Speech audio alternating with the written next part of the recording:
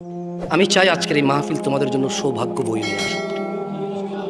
আমি চাই না তোমাদের আড্ডা, প্রেমিকাদের সাথে সাক্ষাৎ, মোবাইলে ব্যস্ত হওয়া থেকে বিরত থেকে তোমরা এখানে আসছো, আমি চাই না এটা বিফল হয়ে যাক। আমি চাই তোমাদের এই সাক্ষাৎ আমার সাথে কল্যাণ বয়ে নিয়ে আসুক তোমাদেরও আমার। মনোযোগ দিয়ে শোনো ভাইরা আমার, জেনা ব্যভিচারে লিপ্ত হয়েও না। ব্যভিচার একটি মারাত্মক অপরাধ। হত্যার পর ইসলামে ব্যভিচারের অবস্থান। কেন? জেনা ব্যভিচারে মানুষের বংশমর্যাদা ঠিক থাকে না, বংশ বিস্তার থাকে না, কে কার সন্তান এটা ঠিক থাকে না, মানুষের বংশ পরম্পরা এগিয়ে নেওয়া যায় না। শোনো আমার ভাই, আল্লাহ তাআলা কোরআনুল কারীমে বলছে, মনোযোগ দিয়ে শোনো, ওয়াল্লাযীনা লা ইয়াদউনা মা'আল্লাহি ইলাহান আখার, আর যারা আল্লাহ তাআলার পাশাপাশি অন্য কাউকে ইবাদত করে না, ওয়ালা ইয়াকতুলুনা আন-নাফসাল্লাতী হারামাল্লাহ ইল্লা বিল হক, এবং যারা হত্যা করে না শরীয়ত সম্মত কারণ ছাড়া। এটা কি তুমি বুঝছো? ভুল বুঝিও না এই আয়াতকে। মানে আল্লাহ বলছে যে যারা আল্লাহ তাআলার সাথে অন্য কাউকে শরীক করে না, কি করে না, এবং যথাযথ কারণ ছাড়া অন্য কাউকে হত্যা করে না। এখন তাহলে যথাযথ কারণ থাকলে কি তুমি খুন করতে পারবা? না। ওই যে একটু আগে বলছি, সরকার কেন লাগবে? সরকার লাগবে যদি কেউ অপরাধ করে, বাহিনী থাকবে, নিজাম থাকবে, সিস্টেম থাকবে, ওই সিস্টেম তাকে গ্র্যাব করবে, যে কেউ শাস্তি দেওয়ার অধিকার রাখবে না, তাহলে বিশৃঙ্খলা জমিনে সৃষ্টি হবে। বুঝছো না? বুঝো নাই? গভর্নমেন্টের কাজ হচ্ছে যে অন্যায় করেছে তাকে গ্র্যাব করা, ধরে নিয়ে আসা, তাকে যথাযথ শাস্তির সম্মুখীন করা, যাতে অন্য মানুষের জন্য উদাহরণ হয়, অন্য মানুষ যাতে এই কাজে আগ্রহী না হয়। বুঝতে পারছি? সো এটাই আল্লাহ বলছে যে একজন লোককে যথাযথ কারণ ছাড়া যাতে মৃত্যুদণ্ড না দেওয়া হয়। আর যারা আল্লাহর সাথে কাউকে শরীক করে না, কেমন? ওয়ালা ইয়াজনুন, আর যারা জেনা করে না, কি করে না?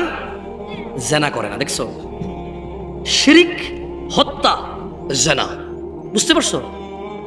শিরিক মানে আল্লাহর সাথে আরেকজন আল্লাহ বানাই দেওয়া, কাউকে খুন করা, একটা মানুষকে পৃথিবী থেকে বিদায় করে দেওয়া অন্যায়ভাবে, আর জেনা একই আয়াতে আসছে। কেমন?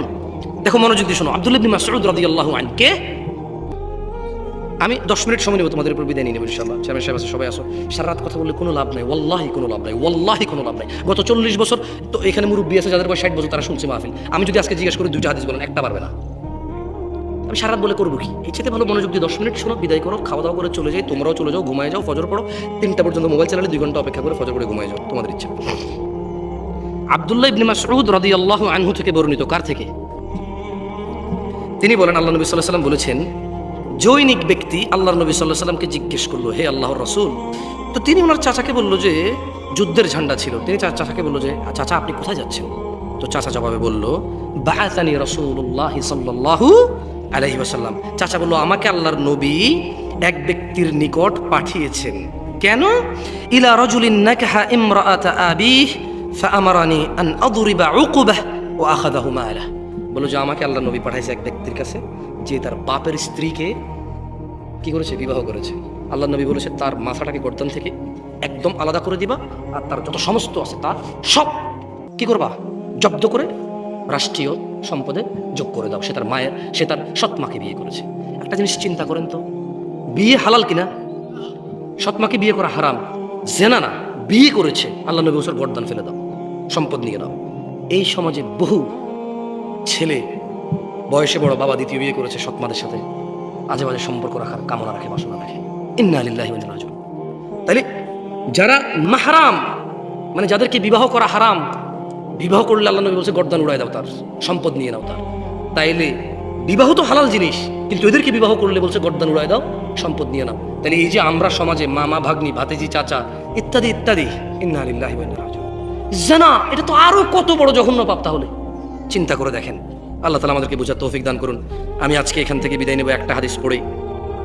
দেখেন আপনাদের কোনো কাজে আসে কিনা এই হাদিসটা। আমি চেষ্টা করবো আপনাদের মুখস্থ করে দিতে, যদি আপনারা মুখস্থ করতে চান। মুখস্থ করতে রাজি আছেন? তাহলে সবাই মক্তবের মতো, মক্তবে যেভাবে পড়েছেন আমার সাথে সেভাবে পড়বেন। এরপর আমি বিদায় নেব, কেমন?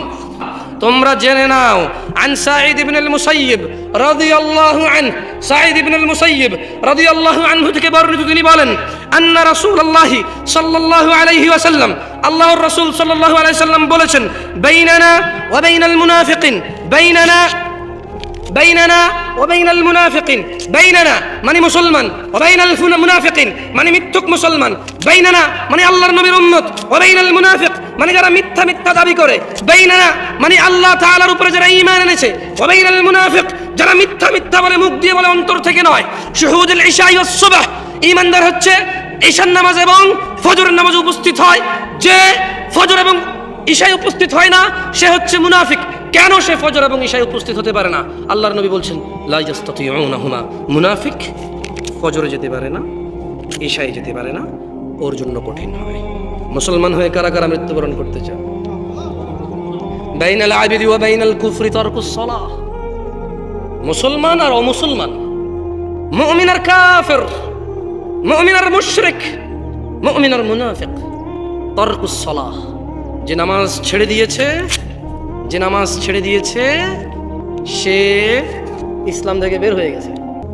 আর যে নামাজ ছাড়েনি, শত অন্যায় অবিচার পাপ থাকবে, আল্লাহর সাথে তার সাথে ক্ষমা চাইবে, আল্লাহ মাফ করবে, আর করবে না প্রতিশ্রুতি দেবে, আবার মানুষ হিসেবে দুর্বল হয়ে যাবে, আবার আল্লাহর কাছে মাপ চাইবে, লজ্জা পাবে না, আল্লাহ আবার মাফ করবে। এরপর এক পর্যায়ে আল্লাহ ঘোষণা দিয়েছে ইল্লা মান তাব, অতএব যে ব্যক্তি তার সমস্ত গুনাহ থেকে ফিরে আসে, ওয়া আমানা, আল্লাহর প্রতি ঈমান আনে, ওয়া আমিলা আমালান সলিহা, তার গুনাহ যত কিছুই হোক সে যদি ফিরে আসে, ঈমান আনে, মাপ চায়, ভালো কাজ করে, ফাউলাইকা ইউবাদদিলুল্লাহ সাইয়্যাতিহিম হাসানাত। এই যে লোকটা বলল জেনা করবে না, আবার করছে, চেষ্টা করছে না করার, হয়ে গেছে। নেশা করবে না, আবার করছে, সর্বোচ্চ চেষ্টা করেছে না করার, কিন্তু হয়ে গেছে। এই যে লোকটা নামাজ মিস করে ফেলেছে, চেষ্টা করেছে সর্বোচ্চ পড়ার, হঠাৎ বেখেয়ালি হয়ে মিস হয়ে গেছে, আবার শুরু করেছে। একবারও আল্লাহর কাছে মাপ চাইতে লজ্জা পাইনি, একবারও ভাবিনি আমার মতো গুনাহগার কি আছে, আমার এত গুনাহ আল্লাহ কিভাবে মাফ করবে, আমার মতো গুনাহগার মানুষকে কি আল্লাহ মাফ করবে, এইরকম সে ভাবে নাই। সে বলেছে আল্লাহ আমি তো দূরের কথাই, পুরো পৃথিবীর সব গুনাহগারকে যদি তুমি মাফ করে দাও তোমার কি লস বলো, আমার কি উচিত তোমার কাছে লজ্জা পাওয়া? অসম্ভব আল্লাহ, তুমি তো মাফ করবে, তো যাবো কার কাছে বলো? মরে গেলে তো তুমি আবার দাঁড় করাবা উঠায়, তোমার সামনে মৃত অবস্থায় অপরাধী দাঁড়ানোর চাইতে, হে আল্লাহ আমি জীবিত দাঁড়িয়ে আছি তোমার সামনে অপরাধী, তুমি মাফ করার মা, আমি আর গুনাহ করবো না। তো আল্লাহ কোরআনুল কারীমে সূরা ফুরকানে বলছে যে লোকটা ইল্লা মান তাব, হাজার সহস্র কোটি অপরাধ থেকে মাপ চেয়ে ফিরে আসলো, ওয়া আমানা, এরপর ঈমান নিয়ে নিছে, ওয়া আমিলা আমালান সলিহা, মাপ চাইছে, ঈমান আনছে, কিছু ভালো কাজ করা শুরু করে দিছে। তাহলে বলছে ফাউলাইক, তার পিছনের যে হাজার লক্ষ কোটি সহস্র গুনাহ আছে, ইউবাদদিলুল্লাহ, আল্লাহ বদল করে দেবে গুনাহগুলোকে, শুধু মাপ না, এগুলোকে আল্লাহ বদলাই দেবে, এক্সচেঞ্জ করে দেবে, কিসে? সাইয়্যাতিহিম হাসানাত, নেকিতে পরিবর্তন করে দেবে সব গুনাহকে। এখনো তোমাদের সিদ্ধান্ত নেওয়া বাকি, তোমাদের, আমি আর কিছু বলতে পারবো না তোমাকে। এটা কোরআনের আয়াত পড়ে শোনাইছি, যদি তুমি ঈমান আনো, মাপ চাও, ভালো কাজ করো, তোমার পিছনের গুনাহ তো মাপ হবে হবে। মানে এই বস্তা ভরা জাল টাকা, কি ভরা জাল টাকা? শেখ হাসিনা বললো ঠিক আছে তোমরা জাল টাকা টুকা ছাপাও না, এরপরে যদি ছাপাও মৃত্যুদণ্ড, কার কাছে কত জাল টাকা আছে নিয়ে আসো, আসল টাকা নিয়ে যাও। বুঝতে পারছি? বললো যে বস্তা ভরা জাল টাকা আর ছাপাবা না, ছাপালে মৃত্যুদণ্ড, যাবজ্জীবন কারাদণ্ড। কার কাছে কত বস্তা টাকা আছে? একজন বললো যে শেখ হাসিনা আমার কাছে 1000 কোটি টাকা আছে জাল, বললো যে নিয়ে আসো 1000 কোটি টাকা, আসল টাকা নিয়ে যাও, আর ছাপাইতে পারবা না, কি করতে পারবা না। এইরকম এর চেয়ে সহস্র কোটি গুণ বেশি আল্লাহ অফার দিছে যে ফাউলাইকা ইউবাদদিলুল্লাহ। ওয়াল্লাহ এটা হাদিস না যে আপনি তর্ক করবেন, এটা কোরআনের আয়াত। আমি ভুল ব্যাখ্যা দিলে বড় আলেম থেকে শুনে নিয়েন, এবং আমি কোনো ব্যাখ্যাও দিচ্ছি না, আমি আই মানি আমি ইউ মানি তুমি, শুধু অনুবাদ করতেছি, বুঝছেন? ব্যাখ্যা দিচ্ছি না যে ভুল করবো, অনুবাদ কি? ফাউলাইক, অতঃপর তোমার সমস্ত গুনাহ, ইউবাদদিল, আল্লাহ বদল করে দেবে, সাইয়্যাত, গুনাহকে, ইলা হাসানাত, নেকিতে। এখন আপনি কি মাপ চেয়ে আজকে থেকে ফজর পড়ে গুনাহকে নেকিতে পরিবর্তন করবেন, নাকি অপেক্ষা করবেন একসময় আরো গুনাহ করে মাপ চাওয়ার? যদি আপনি শিওর থাকেন যে আপনি অতদিন বাঁচবেন তো করেন, আমার কি? আমি তো জানি না আপনি কবে মরবেন, আমি এটাও জানি না যে আমি কবে মরবো। আপনার যদি গ্যারান্টি থাকে বাঁচার, মাপ চেয়ে মরার, করেন। এই অফার কিয়ামত পর্যন্ত, এই অফার কতক্ষণ পর্যন্ত? তবে জেনে নাও দিনাজপুরবাসী হতভাগা তারা, যারা জীবিত আছে অথচ আল্লাহর কাছে মাপ চেয়ে গুনাহকে নেকিতে পরিবর্তন না করে এমনিতেই মরে গেল, হঠাৎ রাত দুপুরে, হঠাৎ মরে গেল দিন দুপুরে অথবা সকাল সন্ধ্যায়, হসপিটালে, অ্যাক্সিডেন্টে, বসে শুয়ে ঘুমে, দীর্ঘদিন অসুস্থ হয়ে হঠাৎ মারা গেল, তার গুনাহগুলো গুনাহ রয়ে গেল, এগুলো তো আর জাহান্নামে যাওয়ার কারণ হয়ে বসবে, অথচ গুনাহগুলোই নেকিতে পরিবর্তন করতে পারতো সে বেঁচে থাকা অবস্থায়। এই যে নিঃশ্বাস চলা অবস্থা যদি বলতো যে ইয়া আল্লাহ আর করবো না, তুমি সাক্ষী, আমি করলে তো তুমি দেখবাই, কোথায় করবো তোমার থেকে লুকিয়ে, তুমি দেখো আর চুরি ডাকাতি জেনা ব্যভিচার নেশা মিথ্যা কথা কিচ্ছু বলবো না, তবে তুমি আমার আগের গুনাহকে যেমনটা তুমি কোরআনে ওয়াদা করেছো যে নেকিতে পরিবর্তন করো, তুমি করো, আর তুমি দেখো আমি আর গুনাহ করবো না। বলেন আন আবি হুরায়রা রাদিয়াল্লাহু ক্বাল, আবু হুরায়রা রাদিয়াল্লাহু আনহু থেকে বর্ণিত, তিনি বলেন আল্লাহর নবী সাল্লাল্লাহু আলাইহি সাল্লাম বলেছেন, বলেন সবাই বলেন। সাহাবীর নাম কি? কে বলেছে? রাসূল সাল্লাল্লাহু আলাইহি ওয়াসাল্লাম। কি বলেছে বলেন? বলেন লা ইয়াজনি জানি। জোরে বলেন, এটা মুখস্থ করেন, খুবই ইম্পর্টেন্ট। আপনি তো মনে করেন যে খালি কোরআন মাজিদ উল্টা পড়লে ইমান চলে যায়। আপনি খালি মনে করেন যে গরু গায় ইত্যাদি ইত্যাদির কাছে সিজদা দিলে ইমান চলে যায়। হ্যাঁ, ওগুলো তো ইমান যায়, কিন্তু আপনি অবাক হয়ে যাবেন এই হাদিস পড়লে যে আর কি কি কাজে ইমান চলে যায় মানুষের, আর কোন কোন কাজ করলে ইমান থাকে না। আপনি অবাক হয়ে যাবেন ছোট্ট একটা হাদিস পড়লে। বলেন লা ইয়াজনি জানি হিনা ইউজনি ওয়া হুয়া মুমিন। কোন জিনাকারী মুমিন অবস্থায় জিনা করে না।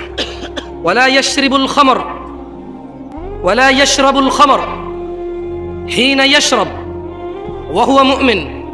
কোন মদ পানকারী মদ পান করে না ঈমানদার থাকা অবস্থায়। ওয়ালা ইয়াসরিকু হিনা ইয়াসরিক ওয়া হুয়া মুমিন। কোন চোর ঈমানদার অবস্থায় চুরি করে না। ওয়ালা ইয়ানতাহিবু নুহবাতান ইয়ারফাউন নাস ইলাইহি ফিহা আবসারহুম হিনা ইয়ানতাহিবুহা। দুঃখিত, সরি, একটু দুঃখিত। বলেন ওয়ালা ইয়ানতাহিবু নুহবাতান ইয়ারফাউন নাসু ইলাইহি ফিহা আবসারহুম হিনা ইয়ানতাহিবুহা ওয়া হুয়া মুমিন। বলেন মুমিন থাকা অবস্থায় কোন ব্যক্তি ডাকাতি করে না। যখন সে ডাকাতি করছে আর সেই অবস্থায় তার প্রতি লোকজন চোখ তুলে তাকিয়ে থাকে, মানে আপনি বুঝছেন, মানে দেখেন রাতের অন্ধকারে কেউ দেখছে না, কারো অগোচর নীল, এটাকে বলে চুরি, রাইট? একই জিনিস যদি মানুষের সামনে নেওয়া হয় এটাকে কি বলে? ডাকাতি। তো আল্লাহ নবী বলছে জানাকারী জানা করা অবস্থা কি থাকে না? কি থাকে না? নেশাখোর নেশা করা অবস্থায় কি থাকে না? চোর চুরি করা অবস্থায় কি থাকে না? মুসলমান হয়ে কারা কারা মরতে চান? মাশাআল্লাহ আলাইকুম, হাত নামান। তাই চুরি করা যাবে না, কি করা যাবে না? জানা করা যাবে না, কি করা যাবে না? ডাকাতি করা যাবে না, নেশা করা যাবে না। কারণ আপনি যদি নেশা করেন ঈমান তখন চলে যায়, ওই অবস্থায় মারা গেলে আপনি ফিনিশ। আপনি কি? আপনি ফিনিশ। লাস্ট একটা হাদিস, এটা জানা সম্পর্কে, এটা মুখস্থ করাইয়া এরপর আমি নামাজ নিয়ে একটা হাদিস মুখস্থ করে চলে যাবো ইনশাআল্লাহ। দেখেন, মনোযোগ দিয়ে শোনেন। আন আয়েশা রাদিয়াল্লাহু আনহা আন্না রাসূলুল্লাহি সাল্লাল্লাহু আলাইহি ওয়াসাল্লাম ইয়া উম্মাতা মুহাম্মদ। আয়েশা রাদিয়াল্লাহু আনহা থেকে বর্ণিত, তিনি বলেন আল্লাহর নবী মুহাম্মদ সাল্লাল্লাহু আলাইহি সাল্লাম বলেছেন, ইয়া উম্মাতা মুহাম্মদ, হে উম্মতে মুহাম্মদের মহিলা ও পুরুষরা, মা আহাদুন আগয়ারা মিনাল্লাহ, আল্লাহর চাইতে অধিক মর্যাদা বোধার কারণেই আইয়ারা আবদাহু তাজনি, আইয়ারা আবদাহু ওয়া আমাতাহু তাজনি, আর আল্লাহ তার কোনো বান্দার বান্দিকে জিনা করা অবস্থায় দেখতে চায় না। ইয়া উম্মাতা মুহাম্মদ, হে উম্মতে মুহাম্মাদিরা, লাউ তাআলামুন, যদি তোমরা জানতে, মা আলাম, যে আমি মুহাম্মদ জানি, লাদহিকতুম কলিলা, তোমরা অল্প হাসতা, ওয়ালা বাকিতুম কাসীরা, অনেক বেশি কাঁদতা। আল্লাহু আলী ওয়া সাইয়্যিদুল মুমিনিন ফাস্তাগফিরুহু ইন্নাহু আল গফুরুর রহিম। আমি আল্লাহর কাছে আমার জন্য এবং আপনাদের সবার জন্য ক্ষমা চাই। আল্লাহ আমাদের সবার সমস্ত গুনাহকে নেকি দিয়ে পরিবর্তন করে ক্ষমা করবেন, আমিন। আপনারা নিজেদের জন্য মাপ চান আল্লাহর কাছে, আমার জন্য মাপ চাইেন। সুবহানাকাল্লাহুম্মা ওয়া বিহামদিকা আশহাদু আল্লা ইলাহা ইল্লা আনতা আস্তাগফিরুকা ওয়া আতুবু ইলাইক। আসসালামু আলাইকুম ওয়া রাহমাতুল্লাহি।